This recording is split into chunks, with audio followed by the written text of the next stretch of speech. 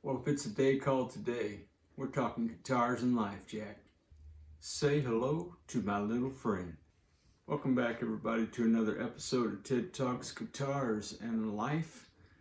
Well, Christmas came, and indeed I have got a tuner for the pedal board. This is the RockStock Pedal Company Nano tuner. Let's check it out. Okay, so this is the RockStock Nano pedal tuner, and I was trying to think today whether or not, really think, like search the data banks, as it were, if I've ever owned a pedal tuner before, and I really don't think that I have. Of course, I've got, the 80s is kind of sketchy for me in remembering things. So anyway, this is the RockStock Nano, and I was put this on my Christmas wish list. Okay, so this is the inside of the box, and oh, that's cool, man. Looks like it's got some 3 dual lock. I think that's an M for 3M. Huh. Interesting. Let's check this out. Yeah, sure enough, man. Look at that. 3M dual lock Velcro, man. That is a nice kind of a touch. Yeah, man, that really locks in there well. Wow. Well, that's a touch class right there. I'd never heard of RockStock before, so what I did, building a basic pedal board, and again, none of this is in order yet, guys. I'm just experimenting and playing a little bit, and I just, did a search on Amazon for tuners, and I didn't want, it was because I knew my wife and my kids were going to be buying Christmas presents for me. I just picked a couple of what I considered to be inexpensive tuners. This was kind of the mid-range. They had like the Polytune Mini. It was a little bit over $100 as I recall, and then they had like some Donner tuners and other stuff like that. It was probably around $28 to $38. This is, I think it was, $55, probably close to $60. But you're pretty basic. It's lightweight, but it feels sturdy. I mean, I can't bend anything at all. So you've got your DC in, you've got your output, you've got your input. Did that backwards? You've got your input and your output. Input always comes first. Okay. Yeah. So without attaching anything, I don't know where anything's going to quite live. I'm going to take one of these handy little cables that came with my AK Lot pedal board. And I'm going to go ahead and put it on the unit. I'm not affixing anything yet, guys. I'm just putting it on here. And because I'm a stickler for the rules, man, I'm going to want that to be the first thing in the ports on the back here as well. And I'm going to go under the power cable. Two-Bike Mike and I were having a little bit of a conversation. Well, it wasn't much of a conversation. He just commented on whether or not this should be elbow or straight. And the reason I set it up this way with the elbow in the back is because, where'd that little gig bag go? I don't know where the gig bag went. That's probably in the gear closet. It's just a closet. It doesn't matter. Anyway, it is very narrow. You know what? Let me get it. Found it.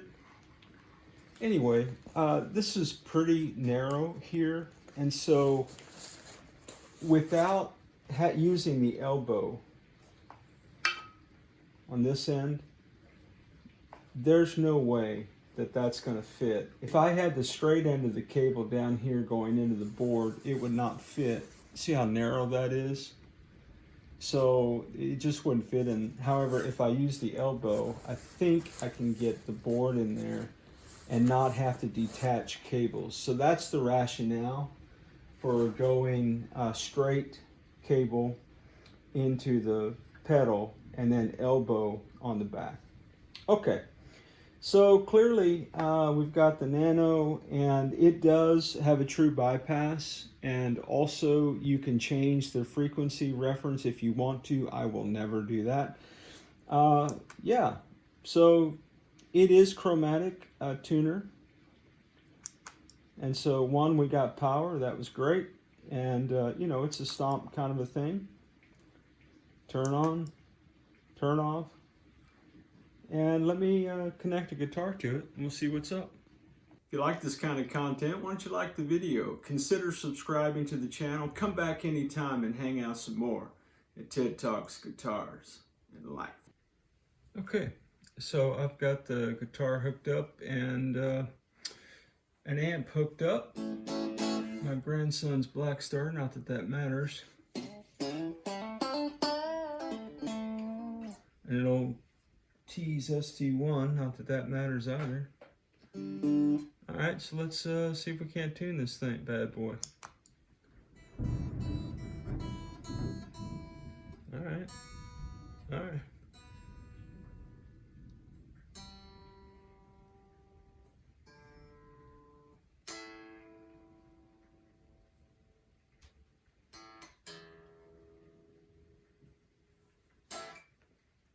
There you go.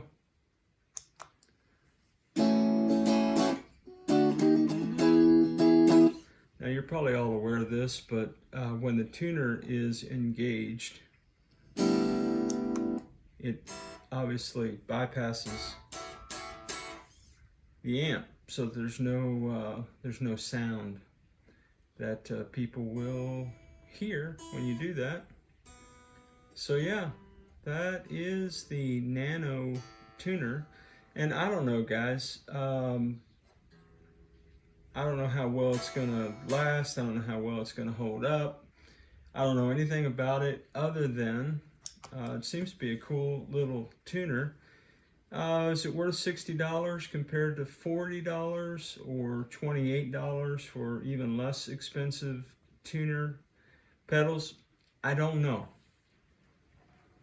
It's about the economy of scale for me, you know, fitting things on the board, as it were. So my wife and my son both purchased a reverb pedal for me as well for Christmas. And yeah, so we've got one of those going back, and I have ordered a replacement pedal or a different pedal. So I went ahead and got a tube screamer simulation kind of pedal. When it gets here, we will do a full review of that. So from here, it's just a matter of figuring out where this is going to live on the board, and then what it goes into right now, considering I'm going to get some other pedals. But I will come back, I'll do a review of the acoustic pedal, and I'll also do a loop pedal review, as well as the Stomp Box reverb pedal that I got as well for Christmas. So Christmas is the gift that keeps on giving for me, and I'll be back in future videos. But this is the Nano RockStock pedal company. Yeah, I think it's going to look pretty cool on the board, and it's not going to take up a lot of space. So I'm looking forward to getting into that more. And yeah, man, life should be good.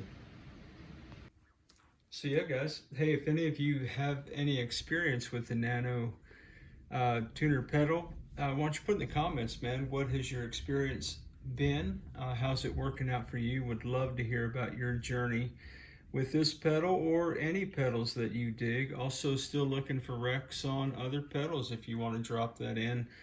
Just one final note about the gig bag. I noticed that on the advertisement for this on Amazon, it had some branding on the bag. This doesn't have any, not that I need product branding on my gear bag, but just thought that was interesting. And one of the things that J-Man and I were visiting about is that there's no like zippers or pockets or anything in this bag. So, you know, by the time you get your board in here with all your pedals, I don't know if you're going to have a lot more room in here for anything like, I don't know, an extension cord or anything like that that you might need. So just bear that in mind. Yeah, man. Well, that's the journey so far. Hey guys, one more thing. I was surveying the box a little bit more closely, and it looks like there is a owner's manual in the box. I just couldn't see it blended in with the bottom. So yeah, if you like a paper owner's manual, there you go. And it did have the QR code on the box. No doubt I will be back with some updates down the road as I get to know the pedal a little bit more and have some more user experiences. That's it for now. And wherever you are in your guitar journey, man, I pray it's a long, smooth, safe, joy-filled ride for you, Jack. Rock on with your bad selves, everybody. We'll catch you down the road. Out the RockStock pedal company Nano. Yep. The Nano tuner. Yeah, let's checking out the RockStock pedal company Nano pedal, man. It's a pedal tuner. Why can't I get this right? There's got to be something there I can use, right? You would think.